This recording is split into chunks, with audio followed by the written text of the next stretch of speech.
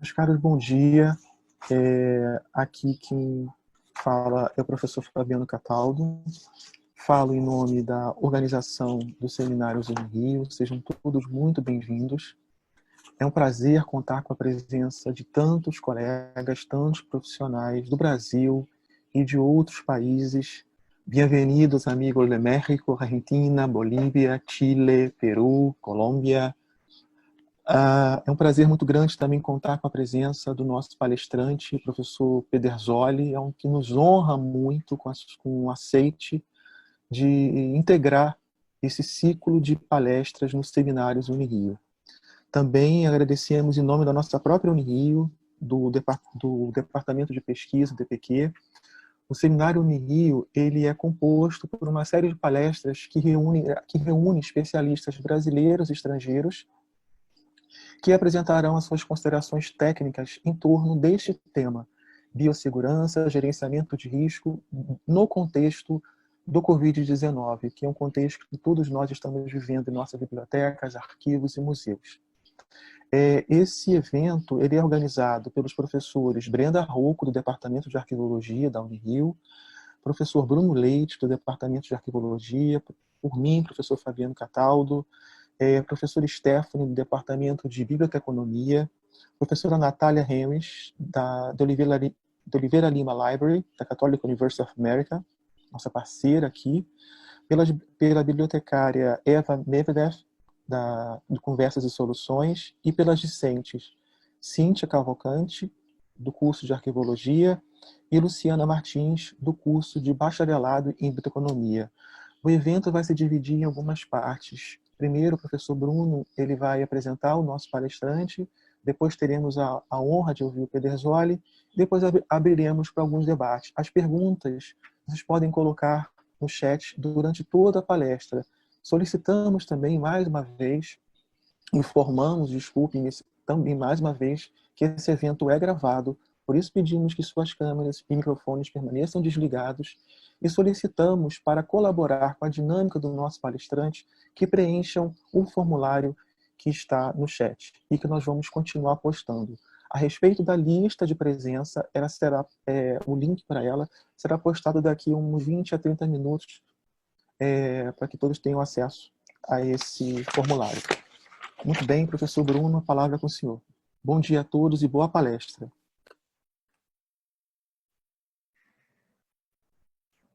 Muito bom dia a todos e a todas. O Fabiano já deu os recados mais importantes, só lembro que também o nosso evento vai ser postado daqui a alguns dias, a gravação desse evento, né? No Facebook do PDA, do laboratório que promove esse evento. E me apresentando, meu nome é Bruno Ferreira Leite, como já dito, vinculado ao Departamento de Arquivologia da Unirio. E, sem mais demoras, eu vou fazer uma breve apresentação do nosso palestrante de hoje e passar a palavra para ele. Tá? Bem, hoje nós temos aqui, nesse nosso ciclo de palestras, o professor José Luiz Pedersoli Júnior. O título da apresentação dele é Percepções e Gestão de Riscos à Saúde e aos Acervos Bibliográficos e Documentais. Um paralelo. Sobre o autor, José Luiz Pedersoli Júnior é químico formado pela Universidade Federal de Minas Gerais e possui mestrado em Química de Polímeros, com ênfase em materiais celulósicos e aplicações na área de conservação patrimonial, pela Universidade de Helsinki, Finlândia. Trabalhou como cientista da conservação no Instituto Holandês do Patrimônio Cultural de 97 a 2003 e no Centro Internacional de Estudos da Preservação e Restauração de Bens Culturais, o ICROM, de 2005 a 2008. Desde 2005, Pedersoli tem trabalhado internacionalmente na área de gerenciamento de riscos para o patrimônio cultural, contribuindo para o desenvolvimento de novas tecnologias e ferramentas, capacitação de profissionais, pesquisa, sensibilização, consultorias e disseminação, com várias publicações sobre o tema. Após 10 anos residindo no Brasil, Pedersoli está de volta ao ICROM desde 2018, onde atualmente gerencia a unidade de planejamento estratégico e um diversificado portfólio de projetos na área de conservação de coleções e desenvolvimento sustentável. Pedersoli é membro do conselho editorial da revista Restauratur, do International Journal of the Preservation of Library and Archival Material. Esse texto foi enviado a nós pelo próprio palestrante. Nós agradecemos muito, é de fato uma honra contar com a sua presença, Pedersoli, nesse nosso projeto, e a palavra é toda sua. Muito obrigado. Muito obrigado, Bruno, pela introdução. Primeiramente, bom dia a todos. Agradeço a atenção e o convite. Quero agradecer uma vez mais o convite da Unirio por participar dessa série de debates e parabenizá-los, né, por essa importante iniciativa nesse momento que é oportuno para falarmos de riscos à saúde e aos acervos documentais e bibliográficos. Enquanto eu inicio a minha tela aqui com a apresentação, pediria uma vez mais que quem ainda não votou, por favor, acesse o link que foi disponibilizado aí no chat e responda ao questionário. São 3 perguntas rápidas para a gente conseguir dados suficientes para introduzir na discussão ao longo da palestra, ok? Muito obrigado.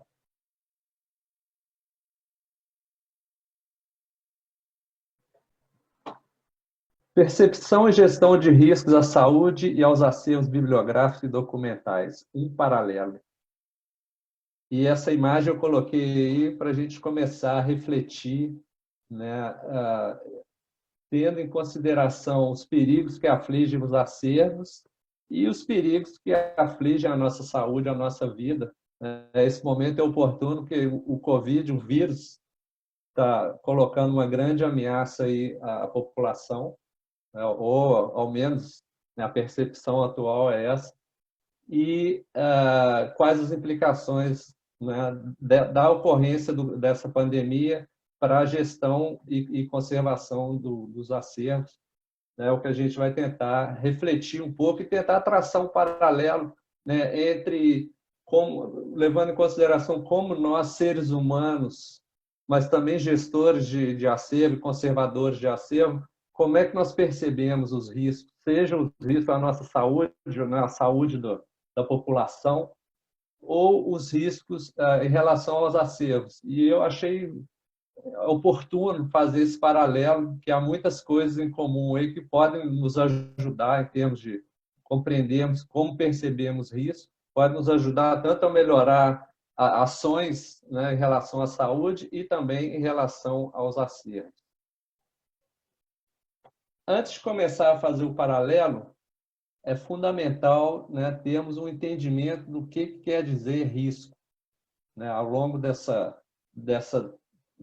discussão que vamos ter. Quando eu me referir a risco, tá, eu vou estar falando disso aqui. Essa é uma das definições existentes, para mim é uma das mais claras, que captura bem todos os componentes do risco, né? Essa definição, ela diz que risco é a chance de algo acontecer causando um impacto sobre o objetivo. Essa é a definição do risco, e aqui a gente pode ver que há 3 elementos centrais nessa definição que são essenciais para que a gente possa fazer a gestão de risco eficaz. Se nós levarmos em consideração apenas alguns desses elementos, a gestão não vai ser eficaz. O primeiro aspecto crucial, né, para termos em consideração quando formos fazer o gerenciamento de risco é ter claro quais são os nossos objetivos. E agora eu remeto aqui, iniciando o paralelo, quais são os nossos objetivos de vida e de saúde e, paralelamente, quais são os nossos objetivos em relação ao uso dos acervos documentais e bibliográficos. No mundo ideal, esses objetivos teriam que estar intimamente associados à missão da instituição, ou seja, a missão da biblioteca, a missão do arquivo, né? Isso define o objetivo e a finalidade da existência daquele acervo. Se os objetivos não estão claramente definidos, é complicado a gente compreender risco e, mais complicado ainda, fazer a gestão desses riscos. Então, reflitam bem Muitas vezes eu já experimentei situações onde a missão da instituição é desconhecida ou às vezes nem existe. Né? Pense nas instituições nas quais vocês trabalham, com as quais vocês trabalham. Qual que é o objetivo dessa instituição? Qual que é a razão de existir daquele acervo? Tá? Isso é essencial para a gente começar a compreender o risco. Em seguida, os outros dois aspectos que conjuntamente definem o risco é a chance de acontecer algo, e já vamos nós especificar, e, se acontecer, qual que é o impacto disso sobre os objetivos. Então, eu espero que vocês lembrem disso ao longo, né, dessa fala, dessa conversa. Tá? O risco ele é definido pela combinação de chance e impacto, tem que ser levado em consideração os dois. E sobre objetivos, quais objetivos? E agora eu já vou passar para o primeiro exercício, que está associado à primeira pergunta do questionáriozinho. Quem não respondeu ainda tem alguns minutos para responder antes da gente compartilhar os resultados. Imaginem que vocês sejam os gestores da humanidade, fazendo paralelo com os acervos. E o objetivo, né, que a gente está colocando aqui agora para fins desse exercício é evitar a morte de pessoas no planeta Terra. Tendo em vista esses objetivos, há vários riscos que podem impactar negativamente nesse objetivo. E aqui eu listei alguns, há outros, e essa lista de riscos que vocês estão vendo aqui é exatamente são as opções de resposta da primeira questão que vocês viram no questionário. E agora, né, eu perguntei isso, e imaginando esse universo de gestores que são vocês que estão participando nessa palestra, eu pedi para identificar qual seria o maior risco, ou seja, segundo a percepção de risco de vocês, cada um de vocês individualmente, qual é o maior perigo que pode impactar sobre esse objetivo. Vamos dar uma olhada nos resultados que chegaram até o momento. Eu estou vendo aqui 197 votos, ou seja, 197 participantes responderam. E aqui a gente já vê, e para dizer a verdade, eu já esperava isso, né, a salada de fruta de prioridades. Né? Obviamente, o Covid está dominando aqui neste momento, porque ele está na mídia, né? E isso é parte de como nós percebemos risco. As coisas estão mais visíveis, estão mais na mídia, né? Mais presentes, são percebidas como maiores, né? Seguida pelas doenças cardiovasculares. Mas vocês podem ver aqui que, dentre as opções de resposta que foram oferecidas, pelo menos para alguns de vocês, cada um deles é a prioridade número 1. Ou seja, por que não houve consenso? Por que nós aqui, como um grupo de pessoas suficientemente informadas a respeito de saúde, então, por que não fomos capazes de concordar com respeito a qual é verdadeiramente a prioridade número 1, tendo em vista aquele objetivo? E a resposta para isso é porque a nossa percepção de risco é diferente. Cada um de nós percebe o risco de uma forma diferente, seja pela informação que está disponível no momento, e aí eu volto ao Covid, né? O Covid está muito presente no dia a dia, hoje em dia, mas é realmente o Covid o maior perigo para a humanidade? Né? Se pensarmos aí no longo prazo, né? A informação que está disponível, às vezes essa percepção ela está relacionada à ocorrência de doenças ou algum desses eventos em familiares ou em pessoas próximas, né, que isso também cria um viés na percepção e, muito importante, essa percepção às vezes equivocada passa pela falta de informação eficaz para fazermos esse diagnóstico. Então, basicamente, eu quero mostrar, né, a minha intenção de mostrar aqui, com esse tipo de exercício, e já é a 50ª vez que eu realizo isso, é sempre dessa forma que surgem os resultados, não há consenso. Né? Vocês veem, alguns de vocês, foi uma minoria, mas, por exemplo, algumas pessoas indicaram o impacto de meteoros como maior perigo para a humanidade. Eu já vou voltar aqui. Tá? Outros percebem o terremoto como o maior perigo. outros de vocês, os acidentes aéreos, outros automobilísticos, mais que os aéreos, e assim por diante. Ok? Houve maioria para o Covid, e isso está relacionado à percepção. Houve maioria para as doenças vasculares, cardiovasculares, mas não houve consenso. Né? Então, se nós tivéssemos cada um que consultar com esse grupo de especialistas que são vocês, aí, gestores da humanidade, não haveria consenso em termos de qual é a prioridade número 1. Deixa eu voltar para cá e deixa eu colocar alguns dados concretos para a gente continuar essa discussão em termos da percepção de riscos à vida das pessoas no planeta. Muito importante, tá? Ter bem claro o objetivo. Eu disse evitar a morte de pessoas no planeta. Se eu tivesse dito no Brasil, às vezes as prioridades seriam diferentes. Então, né, o escopo do objetivo é muito importante ter bem definido. E aí também, eu não coloquei propositalmente, o horizonte de tempo. Né? Evitar a morte de pessoas no planeta ao longo de quanto tempo? E nós vamos ver que isso tem um paralelo também em relação aos acertos. Vamos ver alguns dados da Organização Mundial de Saúde e outras fontes, tá? O mais atualizado possível.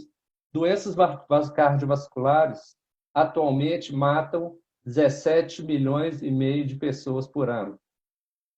Né? Nesse caso, nesse contexto, seria a prioridade número 1. É o que mais impacta negativamente em relação àquele objetivo. Tabagismo, doenças associadas ao tabagismo, 7 milhões de mortes ano. Acidentes automobilísticos, 1 milhão e 300 mortes por ano. O Covid, na situação atual, tendo em vista que estamos aí há 6 meses na pandemia e morreram por volta de 500 mil pessoas, Covid, a estimativa aí, se não sair vacina ou cura, né, a estimativa de causa de morte da ordem de 1 milhão por ano. AIDS, 750 mil por ano e assim por diante.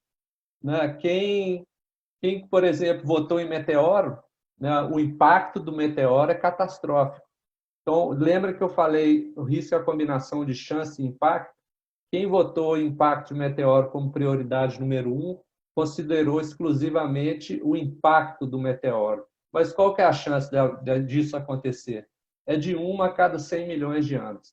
Em outras palavras, quem deixa de sair de casa, né, para ir trabalhar ou fazer suas atividades fora de casa com medo de receber um meteoro na cabeça? Então, intuitivamente, a gente não se preocupa com esse risco, apesar de seu impacto ser catastrófico, porque a chance é muito pequena. Por outro lado, se considerarmos as doenças cardiovasculares e o tabagismo, que estão no topo, a gente se preocupa com a dieta, com o exercício. Então, né, implicitamente, a gente gerencia esses riscos. E o Covid, né, ele está como alta prioridade neste momento, mas se nós olharmos para trás, ao longo da história das pandemias na humanidade, né, possivelmente ele desceria algumas linhas aí em termos de média de mortes por pandemia, ano. Né? O momento agora ela está aguda, mas daqui a pouco, provavelmente com alguma vacina ou tratamento, isso aí vai diminuir e com as medidas que estão sendo tomadas. Então, a tendência no longo prazo, né, das pandemias, em média, é ter um impacto um pouco menor. Tá? Quem votou em acidente aéreo, né, de forma similar ao meteoro, o impacto é catastrófico, mas a chance de acontecer é mínima. Nós vimos ali nos dados que a média de morte por ano são 500 pessoas no mundo por acidente aéreo. A gente entra em aviões, normalmente viajamos muito sabendo que a chance é muito pequena, apesar do impacto ser catastrófico. Isso é pura percepção do risco. Quando começamos a entender que o risco depende da combinação desses dois fatores, fica mais fácil estabelecer prioridades e agir, né, em termos de gestão eficaz do risco. Passamos agora para o segundo aspecto do paralelo, saindo da parte da saúde e agora entrando nos riscos para os acervos bibliográficos e documentais. Se o nosso objetivo colocado é preservar esses acervos bibliográficos e documentais no Brasil, eu coloquei aqui também uma série de riscos, e lembrando da definição, né, que podem ter impactos negativos sobre esse objetivo aí. Em outras palavras, dado esse objetivo, que é o que a gente faz no nosso dia a dia, né, o nosso trabalho com acervos em termos de preservação, é basicamente, né, isso aí. A gente quer preservar e deixá-los disponíveis para uso da população, da sociedade ao longo do tempo, né? E aí é uma série de perigos. Eu perguntei também, na segunda pergunta do questionário, qual é a prioridade número 1 em termos de acervos? Vamos lá ver se deu salada de fruta. Todos apareceram como prioridade número 1. O incêndio como maior, isso é bom sinal, já vamos chegar lá. No segundo nível de prioridade, infestações por pragas, contaminação por fungos, manuseio inadequado e filtração de chuva, ou seja, mais uma vez, não vimos consenso. Então, imagine que vocês têm um orçamento, né, para alocar recursos em termos de priorizar e preservar o acervo ao longo prazo. Como que a gente pode estabelecer prioridade aqui? Se cada um tem uma percepção distinta. Na minha percepção, é o incêndio.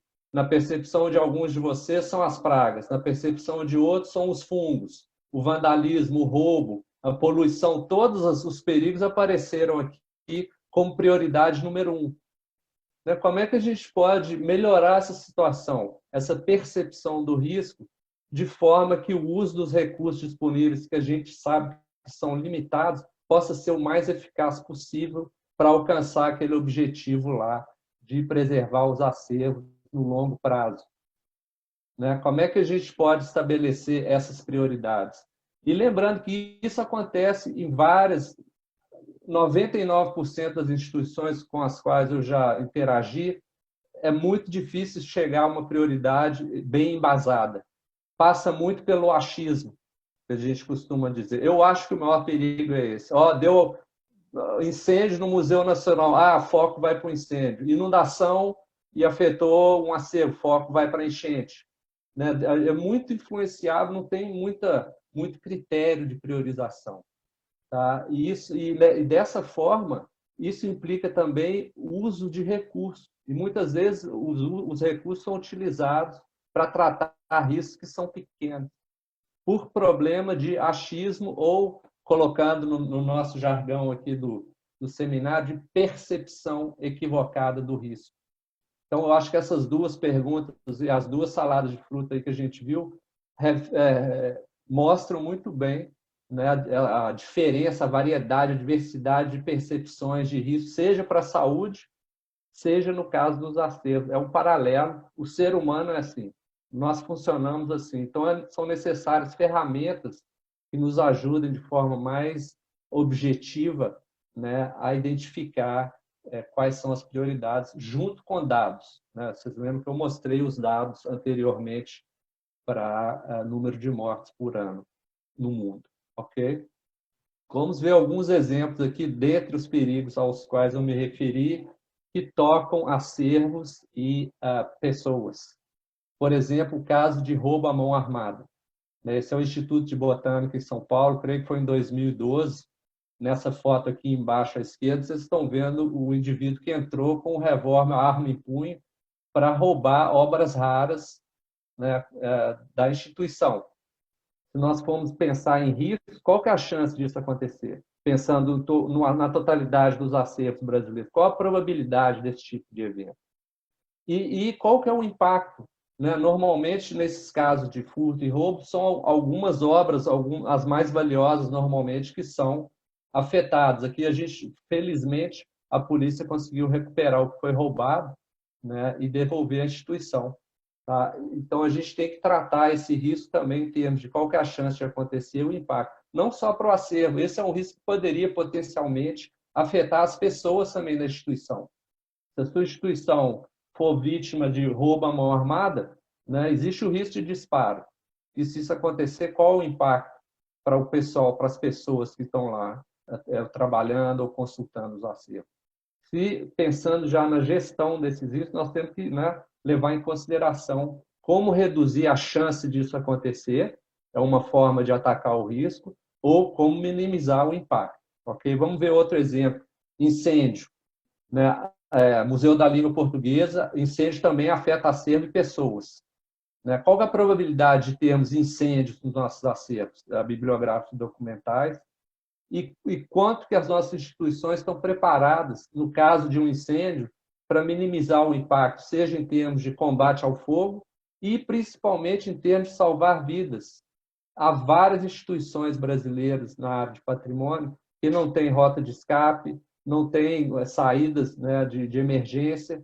Né? Então, o risco às pessoas, não só aos acervos, o risco às pessoas também está colocado, e da mesma forma, para compreendermos esses riscos e fazer a sua gestão, é essencial, né, tratar tanto da chance e do impacto dele acontecer. Aqui um terceiro e último exemplo, a enchente de São Luís do Paraitinga, né, que afetou uma série de arquivos municipais, né, também impactando ou potencialmente podendo impactar pessoas, porque os documentos que foram afetados pela água, né, foram contaminados, né, com barro, possivelmente micro-organismos e outros contaminantes, e pessoas que estavam trabalhando nisso aí, resgatando esses acervos, né, também estavam expondo a sua saúde a risco.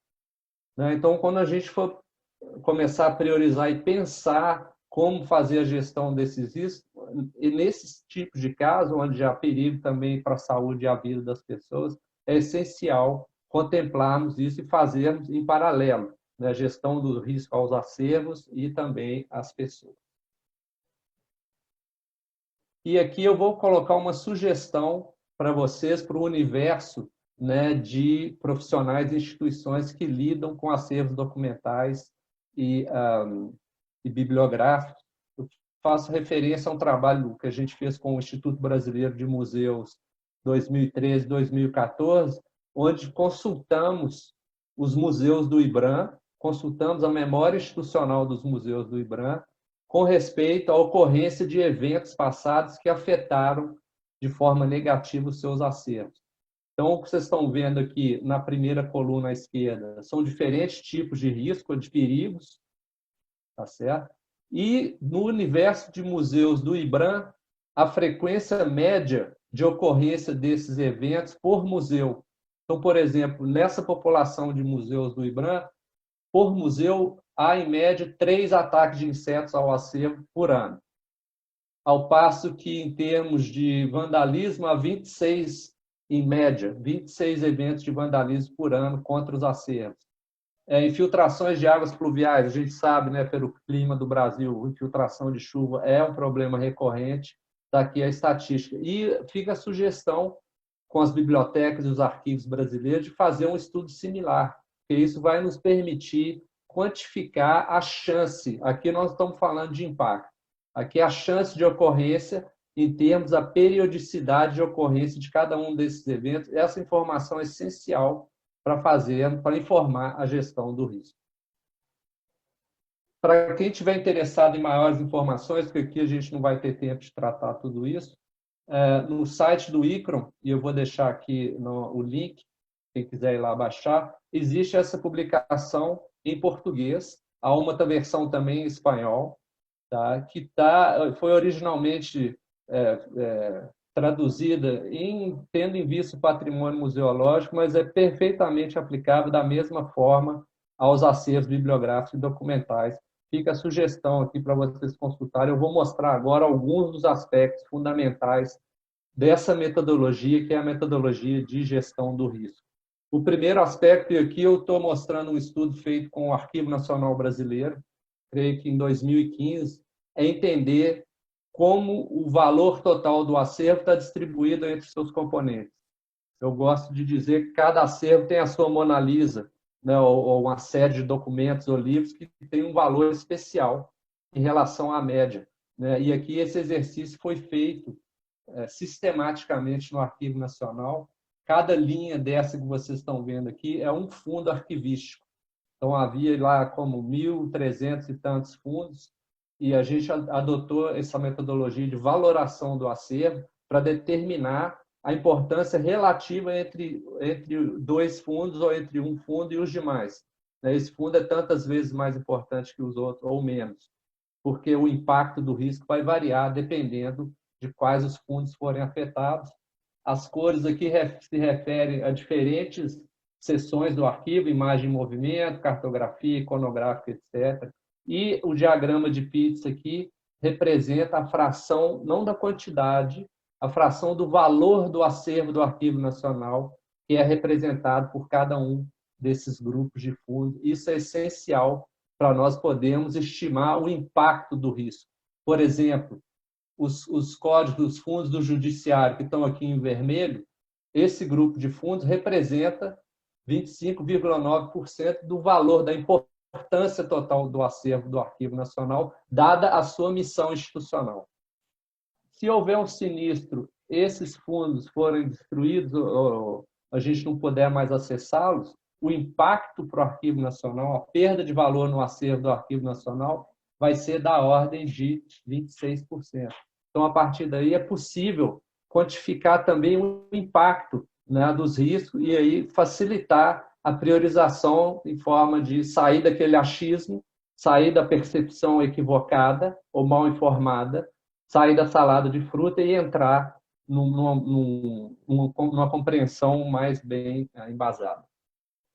Os outros aspectos essenciais da metodologia é que os riscos são identificados de forma abrangente, ou seja, todos os perigos são considerados.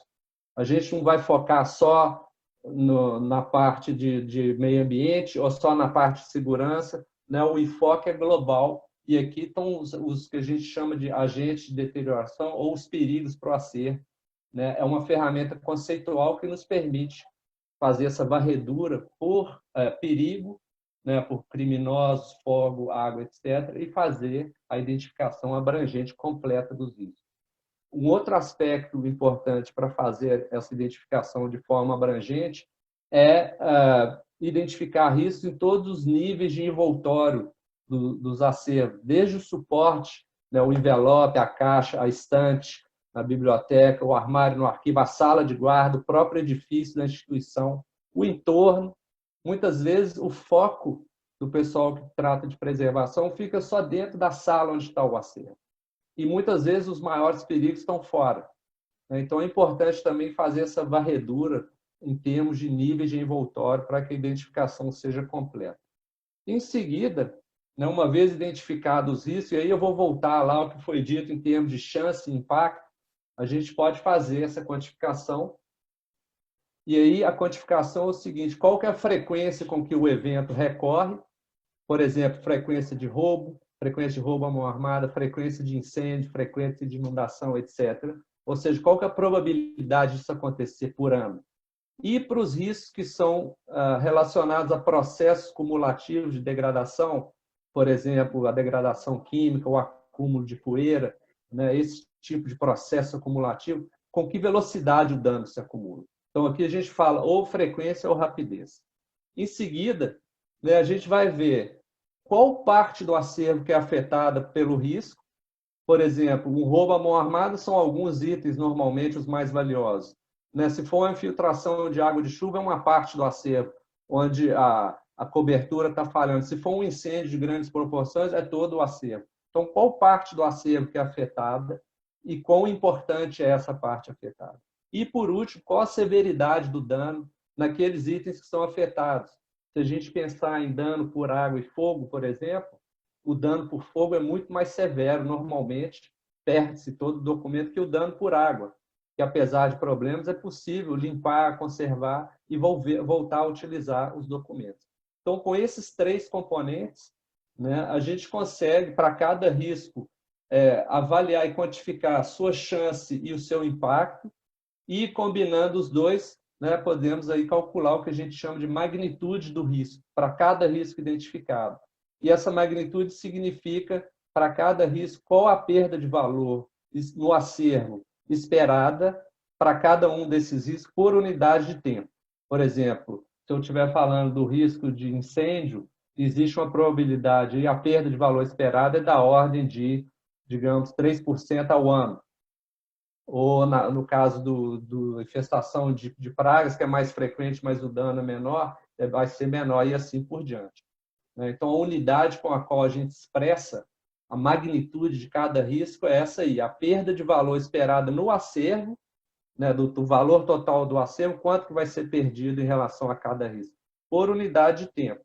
Então, aqui há escalas numéricas, eu não vou entrar no detalhe aqui, que nos permite quantificar isso. Isso está tudo no manual que eu mostrei anteriormente, né, onde esses componentes nos permitem quantificar a chance e o impacto de cada risco, e a partir daí há uma escala de prioridade, né, os números que vocês estão vendo aqui na coluna central se refere à magnitude de cada risco, e na coluna à direita a interpretação dessa magnitude. Por exemplo, um risco de prioridade extrema de magnitude 13 significa que a cada 10 anos a expectativa é que a gente perca 10% do valor do acervo, ou seja, perda total do valor do acervo em 100 anos, e assim por diante. Então, com isso aí, a gente consegue avaliar e quantificar cada risco e, em seguida, né, colocá-los aqui, por exemplo, como foi o caso do estudo no Arquivo Nacional, em ordem decrescente de prioridade. Ok? Vou chamar a atenção para os riscos prioritários aqui em cima. Ó. No caso do Arquivo Nacional de um Acervo Documental, degradação química e incêndio. Deixa eu voltar rapidamente às prioridades que foram colocadas aqui quando vocês votaram. Tá? O incêndio apareceu como prioridade 1, coincidiu, né, com a avaliação no Arquivo Nacional, porém, a degradação química, tá, que é essa que está aqui em verde, essa fatia da pizza, só apenas 6% de vocês, né, que estão assistindo aí, consideraram esse risco como prioritário. Por exemplo, muitos de vocês, 12%, consideraram a contaminação do acervo por fungos como um risco maior do que a degradação química. E aí vem a pergunta, por quê? Por que a percepção do risco de dano por fungo como maior, prioritário, em relação ao risco de dano por hidrólise? E a mesma pergunta para todos os demais perigos. Reflitam, é importante a gente refletir por que nós temos essa percepção, essa compreensão do risco, que esse risco é muito maior do que o outro. Temos os dados em termos de chance de acontecer, temos os dados, sabemos claramente qual é o impacto. Qual é o impacto de dano por fungo? Normalmente é uma mancha no documento. Né? Pode ser revertido? Pode. Às vezes inviabiliza a consulta por algum momento, mas é reversível. Muitas vezes, né, a partir da secagem e tratamento adequado, é possível reverter. Qual que é o impacto e a probabilidade da degradação química? E o mesmo para o manuseio. Qual que é a fração do acervo? Imaginamos aí nos próximos 10 anos, quanto do acervo que vai ser afetado por manuseio inadequado e qual que é o tipo de dano, qual que é o impacto disso. Isso vai inviabilizar o uso do acervo? Então, isso tudo passa pela percepção do risco. Eu vou continuar aqui e eu quero mostrar rapidamente o uso dessa escala para os dois riscos que, como foi mostrado lá no Arquivo Nacional e na minha experiência, são os dois maiores riscos para os acervos documentais e bibliográficos do Brasil e em muitos outros países, que são esses riscos aí de incêndios de grandes proporções e a degradação química. Por quê? Se a gente olhar estatísticas nacionais e internacionais, tá, de incêndios afetando acervos bibliográficos e documentais e outras instituições patrimoniais, a gente pode, em média, estabelecer que a cada 30 anos, a cada período de 30 anos, para cada instituição que tem acervo, por instituição, a cada período de 30 anos, existe uma probabilidade de 10% de acontecer um incêndio de grandes proporções, destruindo tudo ou quase tudo. Tá? Isso é essencial para a gente compreender o risco. No caso da degradação química, que diferentemente do evento é um processo acumulativo, e aí nós estamos falando do papel que fica quebradiço, e é um processo contínuo, e vai chegar um ponto que o papel vai estar tão quebradiço que ele não vai poder mais ser manipulado, ou seja, o acesso vai ser inviabilizado, e eu estou enfocando mais os acervos em papel, que ainda são a maioria. Tá? Os dados que a gente tem em cima de estudos de degradação química, de cinética química, é que esse acervo aí, se a gente pegar os acervos em papel brasileiro, daqui a 200 anos, a grande maioria deles não vai estar mais acessível. Se não forem digitalizados, se alguma coisa não for feita, tá? O que está no Arquivo Nacional, na Biblioteca Nacional, daqui a 200 anos vai estar tudo quebradiço, a grande maioria, a ponto de não ser mais acessível. Tá? Onde que esses riscos se localizam na escala de prioridades? Tá? Daqui a 200 anos, a gente perder quase tudo, é um risco de magnitude 13, prioridade extrema. Daqui, a probabilidade, a cada 30 anos, 10% de chance de ter um incêndio destruindo tudo, é outro risco de prioridade extrema. Tá? E aqui eu vou confrontar agora, vou mostrar um terceiro risco que eu ouço muito falar, vejo muito acontecer, e proporcionalmente é um risco que é 10 mil vezes menor, que é o famoso risco da caixa ácida.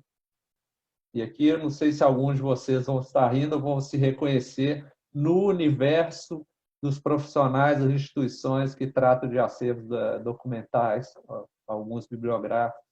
Existe o tabu e o temor da caixa ácida. E eu já vi continuamente várias instituições utilizando um grande volume de recursos para substituir essas caixas, comprar caixa de papel e cartão livre de ácido, etc., etc. E negligenciando, ao mesmo tempo, o tema do incêndio, que vocês estão vendo aqui, né, a diferença da magnitude do risco entre 8,5 e 12,5 é um fator de 10 mil vezes, ou seja, a instituição está investindo em algo que é 10 mil vezes menor, em termos de potencial de perda para o acervo, e está negligenciando, deixando de agir em cima de um risco que é prioritário. Por que acontece isso? Percepção. Percepção equivocada, falta de informação. Muitas vezes, no nosso próprio currículo de formação profissional, né, onde há muita ênfase na parte de ambiental, de acondicionamento, etc., e há pouca ênfase na parte de incêndio ou de segurança. Então, não é uma abordagem com viés, não culpando ninguém. Historicamente, a profissão, né, o currículo foi desenvolvido dessa forma. E a gente está defendendo abrir isso aí, nas instituições de ensino também, né, fazer essa abordagem abrangente, como foi dito antes. Né, eu já vi instituição comprando, investindo até recursos que não tem. O sonho da instituição é trocar todas as caixas por caixa de cartão livre de ácido. Qual que é o impacto disso nos documentos, especialmente se houver uma folha separando o contato direto com a caixa? Né? O pessoal fala, mas a acidez da caixa, o papel já é muito mais ácido que a caixa. Né? Falta informação aí só para a gente colocar as coisas em perspectiva. Finalmente, né, uma vez identificado e priorizado os riscos, a etapa seguinte é fazer a mitigação, e aqui rapidamente as etapas conceituais que a gente vai tentar evitar o perigo, vocês estão vendo aqui embaixo, bloquear o agente que causa dano, detectá-lo, responder se o acervo começar a sofrer, e por último, né, uma sequência lógica também, prevenir é melhor que remediar, recuperar do dano sofrido. Aqui, para ilustrar, no caso do incêndio, o que podemos fazer para evitar? Várias coisas, por exemplo, proibir fumar na área de acervo, fazer a manutenção elétrica do prédio é essencial, né? São medidas para se evitar o incêndio. A nível de bloquear, isso se vê muito, por exemplo, em arquivos, porta corta-fogo, compartimentar o acervo. E prestem atenção que só a porta corta-fogo não é suficiente se o compartimento inteiro não for corta-fogo. Já vi vários casos com porta corta-fogo, mas tinha uma janela na sala de guarda. O fogo se propaga pela janela. Então, se formos fazer compartimentação corta-fogo, todo o espaço tem que ser corta-fogo. A nível de detecção, né, o detetor de fumaça, por exemplo, para nos informar do perigo. A nível de responder à brigada de incêndio ou o bombeiro, mas aí o perigo já vai ocorrendo, e aí o tempo de resposta é essencial, e o quanto que nós estamos preparados para responder. E, por último, né, o pior cenário é tentar recuperar do dano sofrido. Tá? Só para ilustrar essa sequência aí. Agora eu vou passar, né, voltando ao risco do incêndio, e a outro elemento interessante de percepção que a gente gosta de consultar, sempre que temos a oportunidade, é de consultar a opinião dos profissionais que lidam com acervo bibliográfico e documentais sobre o uso de sprinkler na área de guarda, como medida de proteção ao incêndio. Sim ou não? Vamos lá ver os resultados. 54% de vocês são contra o uso de sprinkler? Não. E 46% a favor, também outro resultado esperado, também associado à percepção do risco. Por que as pessoas que votaram sim ou não, né, como que vocês perceberam o risco? Normalmente, quem votou contra o sprinkler percebe que o risco de dano ao acervo por causa de vazamento acidental do sprinkler é maior que o risco de dano ao acervo por incêndio. Completamente equivocada essa percepção. Se a gente fizer a análise do risco, né, sabemos que o risco de dano por incêndio, apesar de ser algo menos frequente, quando acontece o impacto é muito maior. E lembrando que o risco é a combinação de chance e impacto, o risco de incêndio é 10 mil, 100 mil vezes maior que o risco de dano pontual por acidente com a cabeça do sprinkler. Outra percepção equivocada que eu escuto muito, as pessoas acham que quando o sprinkler dispara acidentalmente, disparam todos os chuveiros. Falso. O sprinkler é ativado um de cada vez, dependendo do calor. Quando há acidentes, é porque uma dessas pecinhas aqui né, deu defeito, não está funcionando bem. Acontece um vazamento pontual aí. Por exemplo, esse é um exemplo de vazamento de sprinkler numa área de guarda de biblioteca, molhou alguns livros e cresceu um mofo ali. Essa é a extensão do dano quando acontece problema com sprinkler. Quando não há sprinkler e aí acontece o incêndio, essa é a extensão do dano. Compara o impacto nos dois casos. A foto do incêndio é a biblioteca do Instituto Macintosh, na Escócia. Eles estavam há uma semana de instalar o sprinkler e, infelizmente, aconteceu o incêndio, não tinha sprinkler, o fogo se propagou, o papel, né, um material altamente combustível, carga de incêndio grande, acabou seu acervo. Agora, voltando no nosso paralelo, rapidamente, a parte de riscos à saúde, só para mostrar que essa sequência de evitar, bloquear, detectar, responder, recuperar, se aplica perfeitamente ao COVID também. Né? Se a gente for colocar, e lembrando, todas as ações que a gente adota no dia a dia, seja para o nosso bem-estar, seja para o bem-estar dos acervos, passa por essas 5 esferas. Né? Tentem pensar no dia a dia do trabalho de vocês, o que está sendo feito em termos de preservação e qual esfera que isso se encaixa. Lembrando que a prevenção é muito mais eficaz que a recuperação. Covid, o que a gente pode fazer para evitar a infecção? Lavar bem as mãos, distanciamento social, são medidas de evitar. O que pode ser feito para bloquear barreiras? Luvas e máscara. São 2 tipos de barreira para bloquear o vírus. O que pode ser feito para detectar teste? Né, o teste lá seja ele o serológico ou da atividade viral. Responder se a doença pegar, se nós não conseguimos evitar, aí é hospital, é respirador, né, tratamento médico, etc. E, por último, né, a situação menos desejável, recuperar depois do dano sofrido. E tem sido difícil para muitas pessoas que sofreram do Covid, né, essa fase de recuperação. Aqui o paralelo é óbvio, e eu acho que fica bem claro os benefícios da prevenção em relação à resposta e recuperação, inclusive financeiros. A prevenção a longo prazo ela é bem mais econômica do que a resposta e recuperação.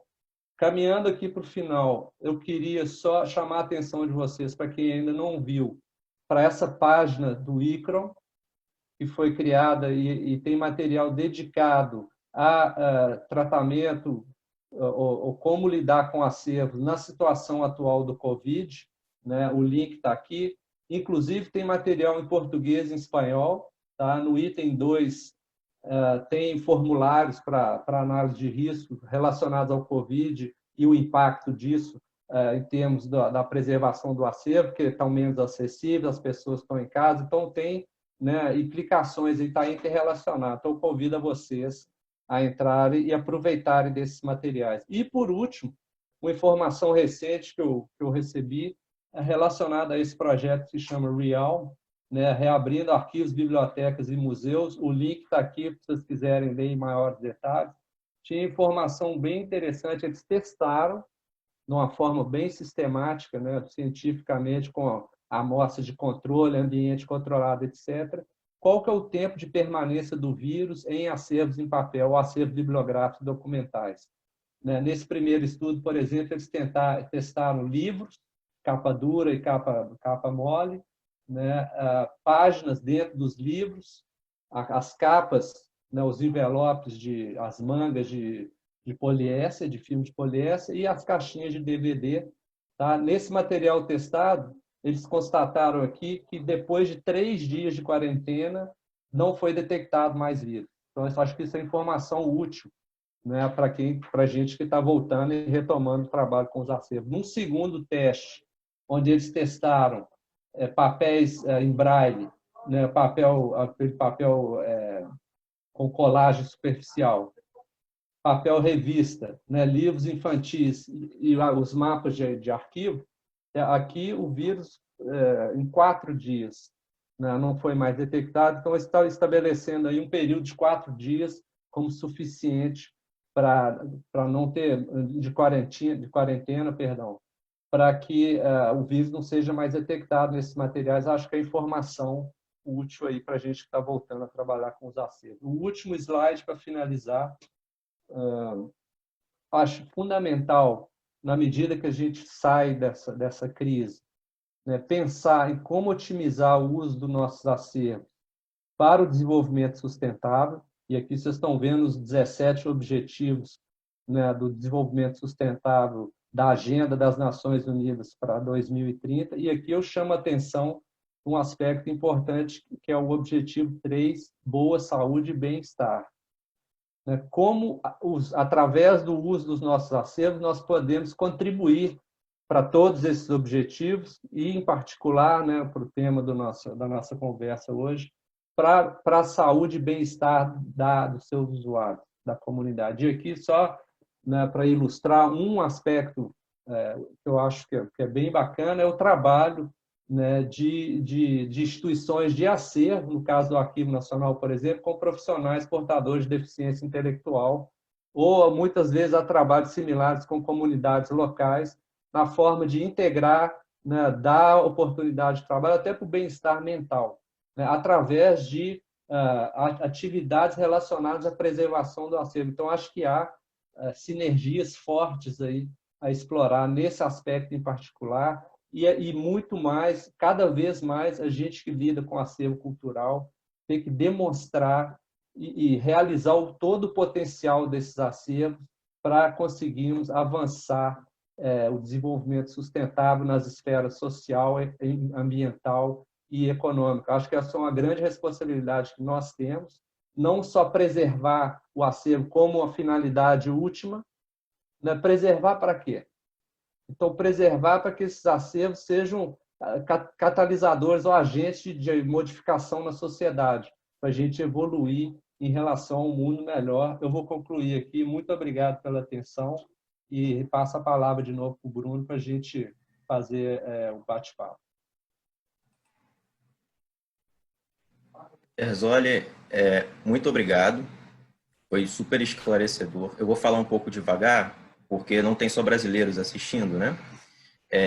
Sua palestra é super interessante, eu sou um pouco suspeito, porque uma das coisas que mais me chama a atenção toda vez que eu te vejo falar, ou quando leio alguma coisa sua, mas principalmente quando te vejo falar, é a atualização dos dados que você sempre traz.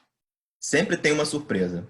Mesmo que o assunto seja o mesmo, sempre tem uma surpresa. Eu fico muito, muito instigado em te ouvir. Se você estiver de acordo, eu tenho só uma observação para falar para você sobre os gráficos que não apareceram, e tem algumas perguntas.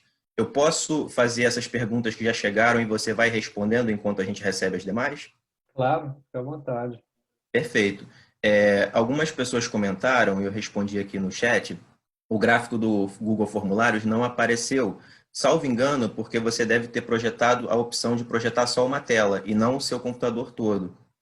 Se for possível, você fazer essa projeção antes de responder as perguntas, que as pessoas ficaram curiosas. Eu tenho acesso, né? Mas só a gente por enquanto. E fica muito Com certeza. Desculpa, desculpa esse lápis aí. Vou mostrar assim que a gente concluir aqui. Eu vou abrir a tela toda. Ah, muito obrigado. É muito interessante. Eu já vi, as pessoas vão adorar.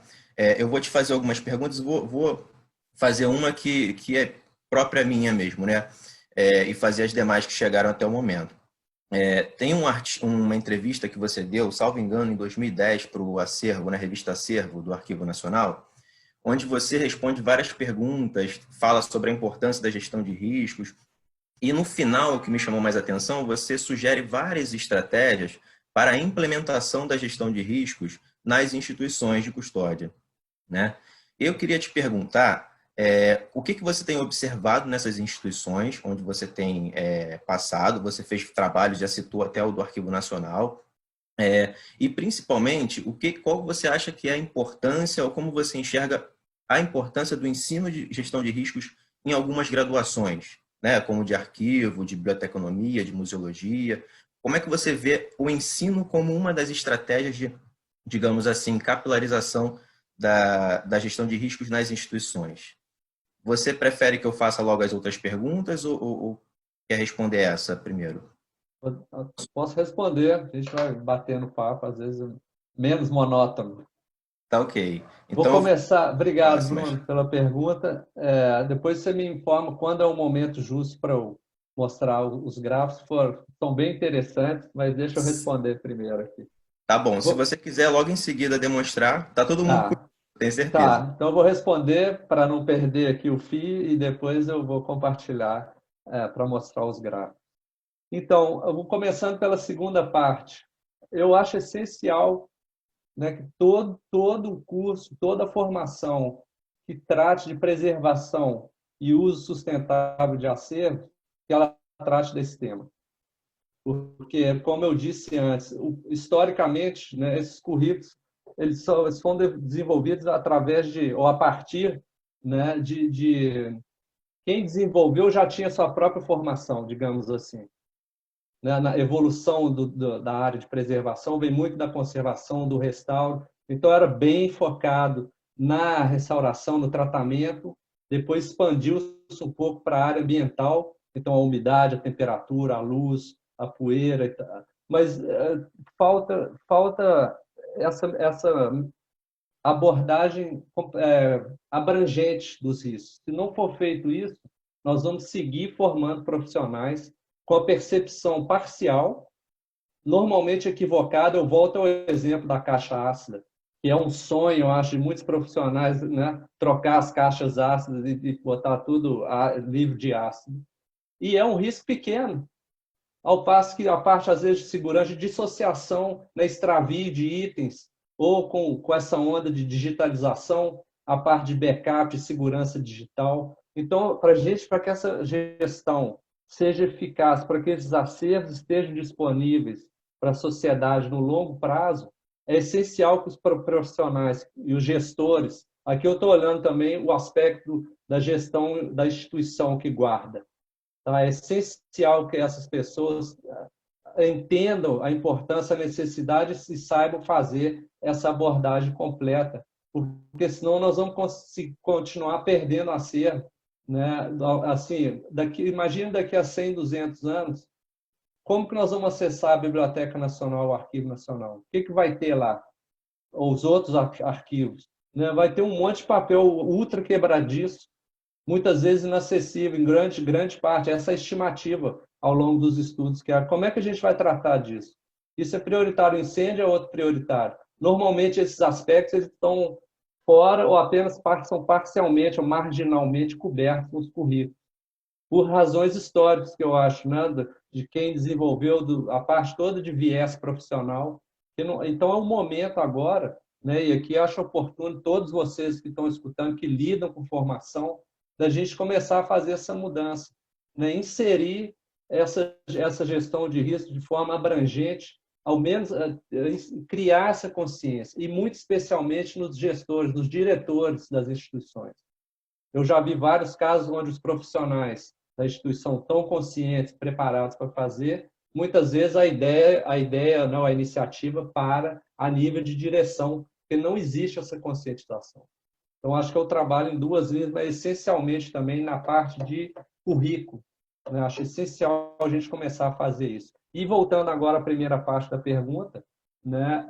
Eu acho que tem essa dificuldade por razões de falta de compreensão, né? Então, acho que temos que fazer um trabalho forte aí de sensibilização dos diretores, de quem toma decisões, e aí eu vejo um problema, às vezes, recorrente, que é a falta de continuidade, né? São mandatos aí de 4 anos, muitas vezes trocam com o governo, então perde-se a continuidade. Então, a gente tem que buscar mecanismos para tentar institucionalizar isso. E aí eu estou pensando aqui no Arquivo Nacional, a Fiocruz, há instituições, né, com as quais a gente trabalhou, o Museu de Belas Artes, o IBRAM, tem já esforços para tentar institucionalizar o uso dessa abordagem, né? E as razões, eu espero que tenham ficado óbvias aí, mas na prática ainda é complicado, né? Muitas vezes o pessoal, a instituição, o pessoal está muito ocupado com outras tarefas, então tem um problema de capacidade institucional para realizar isso. Então isso tudo entra, né, no cálculo aí de como a gente vai trabalhar melhor esse tema. Há ferramentas, a metodologia está pronta, e agora acho que, né, o que é mais importante é a gente dar esse passo e fazer esse esforço conjunto, né? Talvez juntos, todo mundo fazendo, a gente crie sinergias aí para avançar isso, né? Então o avanço é lento, a gente continua nesse trabalho aí, tem mais de década disseminando e promovendo a metodologia. Aos poucos vamos vendo né, avanço, mas ainda é incipiente, né? E é lento, acho por causa dessas razões aí que eu listei, mas a gente continua trabalhando no sentido de melhorar esse cenário. Deixa eu compartilhar então aqui, vou tentar agora compartilhar total. Está visível agora? Sim, sim. Ok. Então, deixa eu voltar lá na primeira pergunta que vocês responderam, considerando o objetivo de evitar a morte de pessoas no planeta Terra, qual o maior risco, na sua opinião? 210 de vocês responderam, e aqui está a salada de fruta que eu falei. Desculpa, infelizmente vocês não viram, né? Quase a metade, 45% de vocês indicou o Covid, como eu disse, é resultado, né, da incidência dessa pandemia nesse momento, com todo o impacto que está tendo, né, e a cobertura da mídia, tá? Então apareceu maior, enquanto 30%, 31% foram nas doenças cardiovasculares. Se nós formos olhar os dados concretos, doença cardiovascular mata aí 20 vezes mais do que o Covid atualmente, né? E também pensando que o Covid, né, as pandemias, elas são contidas no tempo. Então, você teve a peste bubônica, depois teve o ebola, depois outra lá. Então, se a gente olhar ao longo da história, né, elas tendem a ser finitas no tempo. Então, a média de mortes diminui ao longo do tempo. Nesse momento, tá o caso agudo que a pandemia está acontecendo, especialmente aí no Brasil, né, que está bem forte, está na situação de pico, mas comparativamente as doenças cardiovasculares, para o objetivo que está indicado aqui em cima, são um perigo maior. E o outro ponto que eu falei durante a discussão é que vários de vocês, ou alguns de vocês pelo menos, identificaram, por exemplo, a AIDS como o maior perigo, ou os acidentes automobilísticos, ou os aéreos, ou os tsunamis, ou os terremotos, ou o Então, todos os perigos apareceram como prioridade 1. Né? Se eu fosse consultar com vocês qual que é a prioridade, fica difícil. Né? Tem maioria, ok, mas não houve consenso, ao passo que deveria haver. E aí eu volto ao que o Bruno disse de atualizar a informação, esses dados estão disponíveis. E estão disponíveis para o acervo também. Então, é o nosso papel, né? Acho que é o nosso trabalho é ir lá correr atrás e nos informarmos melhor para ter uma percepção mais correta, né? Eu volto ao tema da percepção do risco. Esse é no caso da saúde. Agora eu vou mostrar aqui a outra salada de fruta para o caso de maior risco para os acervos bibliográficos e documentais brasileiros. Voltando ao tema lá, que é fundamental definir o objetivo, preservar esses acervos. Qual que é o maior risco, na sua opinião? Apareceram todos. Ou seja, nesse universo nosso, e nós somos profissionais que lidamos com esses acervos, nós somos os especialistas. Por que não houve consenso? E a resposta é a percepção do risco, seja por motivo de formação, ou de informação, ou falta de informação, ou experiências recentes, tem várias causas possíveis, mas se a gente vê aqui, está o arco-íris aqui, qual que é a prioridade? O incêndio está como, né, a maior porcentagem, que foi bom, né, mas, por exemplo, a parte de degradação química, que é essencial não tanto para acervos museológicos, mas para acervo em papel, né, o papel ácido, papel de pasta ácida, é um risco lento, mas daqui a pouco nós vamos ter grandes problemas para lidar com esses acervos, e assim por diante. E, por último, né, a pergunta sobre o uso de sprinklers ou não, 53% contra. Espero que depois desse papo aí, vocês revisitem a opinião, né, em função do que foi dito, tá? Especialmente aquele que eles chamam de efeito hollywoodiano, que a gente vê nos filmes do Rambo, etc., que todos os chuveiros se abrem. Não é assim que acontece. E eu espero que tenha ficado claro o tipo de impacto que acontece no acervo quando há um acidente com sprinkler versus o tipo de impacto quando há um incêndio de grandes proporções. Então, esses são os gráficos. Vou parar de compartilhar aqui e podemos prosseguir se há mais perguntas. Oi, Pedersoli, muito obrigado. Nós já estamos assim chegando perto do deadline da gente, né? E o professor Cataldo tem algumas informações para dar também sobre a continuidade do evento. Eu lembro também que o formulário para lista de presença está circulando, né, para as pessoas receberem seus certificados. E eu tenho aqui várias perguntas. Pergunto até para o professor Cataldo. Pensei em fazer umas 3. São perguntas muito objetivas que as pessoas colocaram, as primeiras, né? E se você puder respondê-la em bloco, e depois o professor Cataldo poderia dar continuidade ao evento para poder caminhar para o encerramento, tudo bem? Perfeito. Tá, eu vou só abrir aqui para ler as perguntas. A primeira, eu vou falar na ordem, né, pelas que as pessoas foram postando. Primeiro foi a Carolina Marques Paula. Ela diz assim: quais critérios foram utilizados nesta valoração?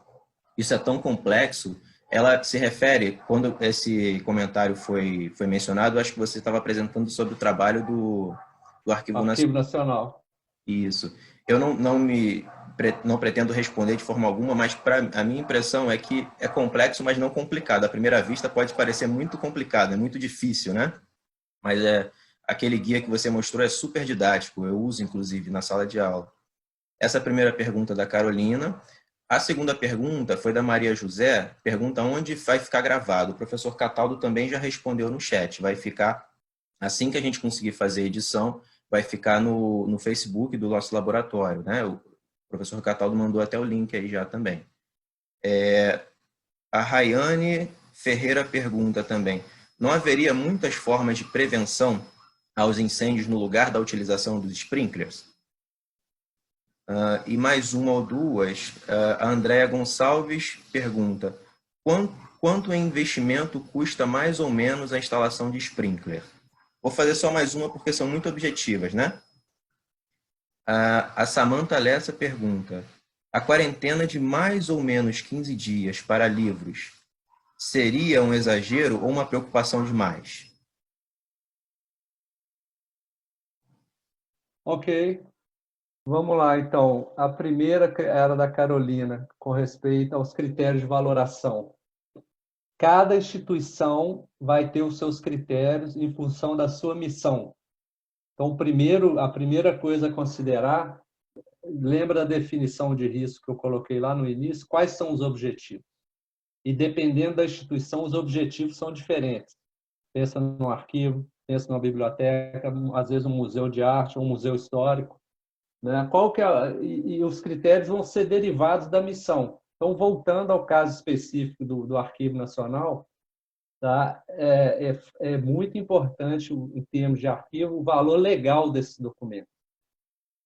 Então, foi um dos critérios, por causa da missão do Arquivo Nacional, foi um dos critérios que foram adotados. Tá? Outro critério possível, por exemplo, é o valor histórico. Tem muita coisa ali no Arquivo Nacional que está relacionada à história do Brasil. Documentos raríssimos e muito importantes. Tá certo? Pode ter alguma coisa de valor artístico. Apesar de que, e aí agora eu quero esclarecer, nem todos os critérios têm a mesma importância relativa. A gente estabelece também pesos, né? Por exemplo, no caso do Arquivo Nacional, primeiro veio o valor legal, tem um peso maior. Depois foi o valor histórico. O valor artístico não está tão intimamente relacionado à missão do arquivo e o uso do seu acervo. Mas há obras lá de valor artístico. Então, foi um critério, foi, mas com um peso muito menor. E aí a gente pode incluir raridade, se for o caso, se for acervos únicos, o pedigree, que a gente chama autoria. Né? Não há uma lista de critérios pré-definidos. Normalmente, há esse universo que a gente explora, artístico, histórico, legal, científico, né? Às vezes econômico, dependendo do caso, a instituição quer valorar também em termos do valor econômico do acervo, valor social. Foi feito um trabalho na Câmara dos Deputados, a gente incluiu, eles incluíram, né? A ideia é que cada instituição defina os seus critérios e, muito importante, atribua o peso de cada critério. Por exemplo, no caso do arquivo, eu não me recordo aqui de cabeça, mas o valor legal, né, do documento ele é 10 ou 1000 vezes mais importante que o valor artístico. Se fosse um museu de arte, né, uma obra de arte, às vezes essa importância relativa entre os critérios ia ser revertida. Então, o passo a passo é olhar a missão da instituição, a partir da missão listar quais são as coisas importantes que o acervo deve ter para atender aquela missão, então valor artístico, estético, valor científico, valor histórico, valor legal, específico para aquela missão, e atribuir pesos para indicar a importância relativa de cada critério. Isso feito, você vem, começa a olhar agora as partes da instituição, do acervo. No caso do arquivo, foi fundo a fundo. Então, pegou-se lá o fundo número 1. Tem valor legal? Tem quanto? Excepcional, alto, médio, baixo. Tem valor histórico? Tem quanto? Fundo número 2. E assim por diante. Né? Dessa forma, e tudo pontuado. Dessa forma, a gente chegou no gráfico que eu mostrei, né? Onde aquelas linhas lá, a altura da linha, mostra a importância relativa de um fundo em relação aos demais. Então, espero que tenha respondido a sua pergunta. Passando à próxima, da Rayane, eu anotei aqui certo, em termos de prevenção e uso explica. Obviamente, a prevenção é a primeira alternativa, mas para a gente fazer uma gestão de risco eficaz e responsável, tá, a gente tem que criar redundância. Ou seja, se a prevenção falhar, o que a gente tem lá pronto para reagir, para responder? Se não houver nada, vai ser incêndio total. Então, a gente não pode confiar só na prevenção. A prevenção é essencial. E, muitas vezes, no caso de acervo, passa por erro humano, que é complicado. Né? E, muitas vezes, por exemplo, durante obras, pessoa fumando, etc. Então, é complicado gerenciar isso aí. Mas o foco é na prevenção, concordo. Mas, para que a gestão de risco seja eficaz e responsável, tem que haver essa redundância em termos de estar pronto para responder. E no caso do incêndio, precisar ser a melhor forma de estar pronto para responder é o sprinkler, porque não requer ação de ninguém, né? Não precisa ter um brigadeiro, só a pessoa pode estar dormindo, não tem ninguém no prédio, fim de semana, a gente sabe, né? As piores coisas acontecem quando não tem ninguém na instituição. Então, o sprinkler, é por isso que eles chamam chuveiro automático. E mais uma vez, se acontecer um foco de incêndio, não vai ser, os chuveiros não vão se abrir todos simultaneamente. Abre só o chuveiro que está próximo ao fogo, porque o chuveiro é ativado pelo calor. Tá ok? Então, espero que tenha respondido isso aí.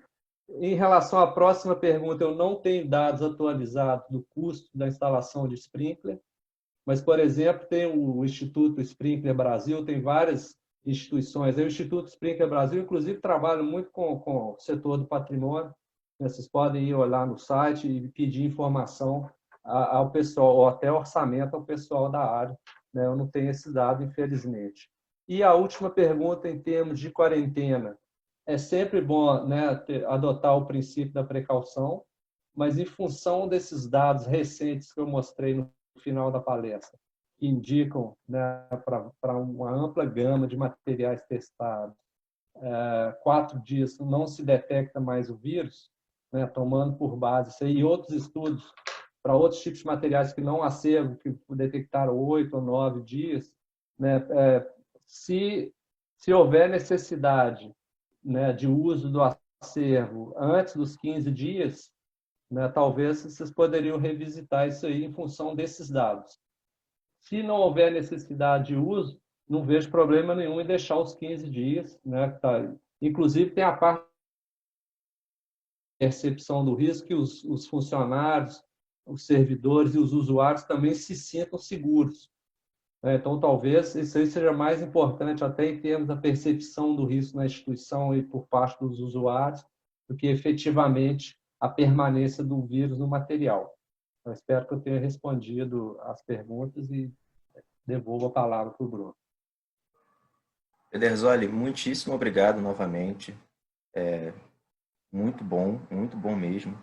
Eu peço desculpas para as outras pessoas que fizeram perguntas também, estão super interessadas, mas a gente, por conta do tempo, a gente tem que ir encaminhando para o final.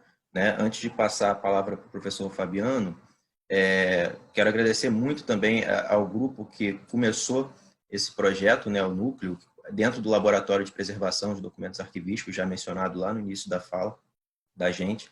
Somos 4, né? Eu, professor Fabiano Cataldo, professor Stephanie, professora Brenda Rocco, e essas pessoas possibilitaram essa interação, né? Por enquanto, somos da arquivologia e da Bíblia, mas a gente tem total interesse em ampliar essas relações com outros campos também. Te agradeço novamente e passo a palavra para o professor Cataldo para dar prosseguimento aqui ao nosso evento. Um abraço. Obrigado, Bruno. Pederzoli, é até complicado agradecer essa sua generosidade. Prazer.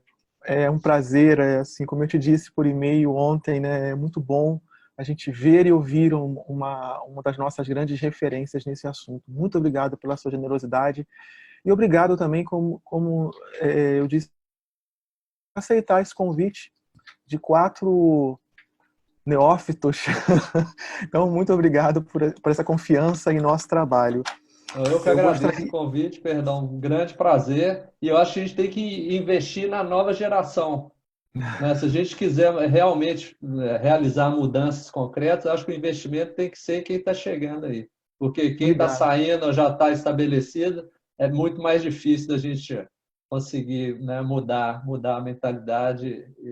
Então, é investimento certo, mais certo. Com certeza, obrigado. E como era a nossa intenção do grupo, essas palestras todas estão sendo gravadas. A intenção mesmo é gerar esses conteúdos. Isso vai ficar disponível depois. Já colocamos aí o link do núcleo, onde todos esses conteúdos vão ficar disponíveis. Ou seja, um conteúdo gerado a partir de palestras com grandes especialistas. Peço também a todos que não deixem de preencher a lista de presença, tá? Porque ela vai dar direito a certificados. Antes de dar alguns informes para a palestra seguinte, eu gostaria de passar a palavra para a professora Stephanie e a professora Brenda, que também, como o professor Bruno mencionou, fazem parte desse projeto. Olá, Pederzoli. Antes de mais nada, assim como o Fabiano e todos da equipe, estão muito felizes de poder, né, ouvi-lo mais uma vez. Para mim não é a primeira vez, na verdade já ouvi em outras ocasiões, e num momento muito específico, que foi quando a gente teve a greve de ônibus aqui no Rio de Janeiro, e você foi convidado pela UFRJ para palestrar numa das salas que eu não me recordo agora, e infelizmente a maioria não compareceu, mas a turma de políticas de preservação em acervos bibliográficos que eu ministrava na Unirio esteve presente, e eu não sei se você lembra desse dia, foi maravilhoso, foi quase que um estudo dirigido. Então, eu queria só registrar isso, que foi maravilhoso. Mas eu gostaria de falar só um pouquinho, né? Além de agradecer, gostaria de dizer que a gente, o grupo, né? Fabiano Cataldo, a Brenda Rocco, o Bruno Leite, nós lançamos uma pergunta em março, né? Inaugurando pensando já nos seminários, né? Uma pergunta que foi elaborada pelo Observatório de Opiniões do Núcleo Interdisciplinar sobre Preservação, né? Nós comprometidos, né, e sabendo do papel social que ocupamos na universidade, né, decidimos organizar essa palestra. Então, considerando esse ensino e a pesquisa e extensão que estamos envolvidos, nós lançamos uma pergunta em março, que foi a seguinte: você acha que os acervos em bibliotecas e arquivos estão mais sujeitos a riscos durante a pandemia? Foi uma pergunta que a gente fez para as pessoas no Facebook, disponibilizamos também no site do PDA, então eu gostaria que você respondesse essa pergunta, né? Por favor. Era basicamente isso, e obrigada. Eu acho que, obrigado pela pergunta, Stefane. A resposta, creio que seria sim, na totalidade, né? Pela falta da presença aí dessa gestão. Então, assumindo as probabilidades, a chance de eventos adversos distintos ocorrerem, dentre eles, né, o incêndio, a deposição de poeira, se houver alguma infestação ativa, infiltração de água de chuva, etc., não vai haver ninguém, né, lá presente para poder responder. E aí eu volto uma vez mais para a gente tentar racionalizar e conceitualizar tudo que é feito na instituição. Está dentro de uma daquelas 5 esferas que a gente colocou: evitar, bloquear, responder, detectar, perdão, responder e recuperar. Nesse caso, né, a instituição no lockdown fica difícil detectar se houver alguma coisa, e normalmente, no nosso caso, os detectores são os funcionários, as pessoas que estão lá, que veem a goteira, que veem a infestação ativa, que veem o princípio de incêndio. Esse detector, ou se houver o caso clássico também do detetor de fumaça, ele vai ficar apitando lá, né? A gente sabe que faz pi, pi, pi, se não houver ninguém para responder. E é o caso clássico, às vezes a instituição investe no detector de fumaça, mas não pensa na resposta, no extintor de incêndio. Então, desse ponto de vista, né, reduz a capacidade de detecção e resposta no momento do lockdown. Então, os riscos vão crescer, né? O impacto do risco vai aumentar, porque a capacidade de detectar e responder vai diminuir. Por outro lado, a gente não está manipulando acervo. Então, alguns riscos, por exemplo, podem ser reduzidos. O manuseio inadequado, quem votou no manuseio inadequado, aí, por exemplo, esse risco ele não existe durante o lockdown. Mas, voltando, né, no universo, e daí a importância da gente ter essa compreensão abrangente. Alguns riscos vão ser reduzidos, outros vão aumentar. Acho que no total vai ser a totalidade dos riscos, o perfil de risco vai aumentar por causa dessa deficiência aí em poder detectar e responder com eficácia, né, se houver ocorrência de evento adverso. Entra roubo, entra vandalismo, entra uma série de coisas, né, onde a detecção e a resposta imediata são essenciais. Até o caso de segurança, o fato de não ter ninguém na instituição, não sei se os guardas, etc., a instituição fica mais vulnerável, né, a invasões, atos de vandalismo, etc. Então, no total, né, no perfil total, eu acho que o risco é maior, e na página do ICRON, que eu mostrei, tem informação a esse respeito, nessa conjunção de perigos dos que já existem normalmente, mais a emergência do Covid, mas algum outro caso ou outro isolado, como o manuseio, né, nesse caso o risco é reduzido. Mas, considerando tudo junto, sim, acredito que há um aumento no risco para os acertos em função do que foi dito. Obrigada, foi ótimo. Essa pergunta ela continua lá no nosso laboratório. A gente pretende compulsar esses dados e disponibilizar para toda a sociedade, porque entendemos que a universidade é muito importante, principalmente, mais ainda, sobretudo nessa conjuntura atual, né?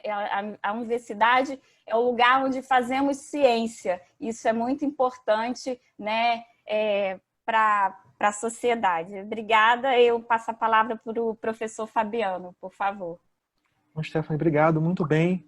Colhi essa informação valiosíssima do Pedersoli, esse dado importantíssimo. Bom, antes de encerrar, eu gostaria de agradecer a todos os presentes, não posso nominá-los porque cometeria alguma gafe. Então nós temos aqui, eu vou só citar alguns nomes que certamente Pedersoli conhece: Lígia Guimarães, está aqui, Jandira, Jaime Spinelli, Maria Luísa Soares, então assim, alguns nomes, Lígia Camilo, ou seja, alguns nomes que eu sei que você conhece. Não vou citar todos porque realmente vou cometer algumas gafes. A nossa próxima palestra vai ser no dia 4 de agosto, com a restauradora conservadora Jandira Fleschen, da Biblioteca Nacional, que vai falar conservação preventiva em bibliotecas e Covid-19, ações e reflexões. Essa palestra ela tem uma particularidade, ela vai acontecer em parceria com a Comissão de Patrimônio Bibliográfico Documental do CRB8 da USP, CRB8 de São Paulo, e com o 6º Congresso Internacional de Tecnologia e Organização da Informação, uma iniciativa do Departamento de Informação e Cultura da ECA USP e do Observatório do Mercado de Trabalho em Informação e Documentação, coordenado pelo professor Francisco Palheta, também da ECA USP. Ou seja, é aquilo que o professor Bruno falou, né? É nosso desejo de fazer parcerias, de integrar em outros projetos. E Thaís, também nós colocamos também aqui o link dessa atividade que vai acontecer organizado pelo TOI e pelo CRB8, e também o link da palestra da Jandira. Para a palestra da Jandira, já adianto, corram para fazer inscrição, nós já estamos com 287 inscritos. Né? Então eu acho que, sugiro que quem está aqui assistindo, agradeço muito também a colaboração da nossa parceira Natália Henrich, das nossas colegas Eva Medvedev, Luciana Martins e Cíntia, que ajudaram aqui, estiveram por trás de todo esse processo. Sem elas também isso não seria possível. Pedersoli, mais uma vez, muito obrigado. Agradeço a sua paciência conosco, ter ficado todo esse tempo aqui nos ouvindo, os nossos questionamentos, as nossas angústias, e realmente, como vários comentaram aqui, o método de você ter compartilhado, né, esse formulário no início e mostrar esses resultados foi realmente muito, muito didático para todos nós. Muito obrigado, espero poder contar com você nas próximas. Muito obrigado e agradeço a todos também. Um bom dia a todos. Bom dia a todos, um abraço, foi um prazer e vamos juntos. Se a gente juntar e seguir sensibilizando, informando, a gente vai criar essa massa crítica aí para fazer as mudanças. Em vez de ficar reclamando, né, vamos partir para a ação e juntos. Isso aí, Pedro. Um grande abraço a todos. E antes de eu fechar aqui a minha câmera, não sei se a professora Brenda quer dar uma palavra de agradecimento, um alô, enfim. Não, geralmente eu fico mais pelos bastidores, mas só para agradecer a todo mundo também que esteve aqui presente, ao professor Pedersoli, claro, sem sombra de dúvida, sem a sua palestra não seria possível a gente ter essa troca. Agradecer a todos os participantes, que eu acho que isso que é fazer ciência, isso que é fazer diálogo, é ter pessoas para poder compartilhar e dialogar com a gente. E agradecer a toda a equipe. Beijo, gente. Até a próxima. E fiquem atentos também que essa semana começa um ciclo de palestra organizado pelo Sistema de Bibliotecas da UFBA, o CIB, e também um ciclo de palestras organizado por um projeto da UFBA chamado Sala Aberta, que vai discutir também esse contexto da pandemia em bibliotecas, arquivos e museus. Um bom dia a todos. Tchau, tchau.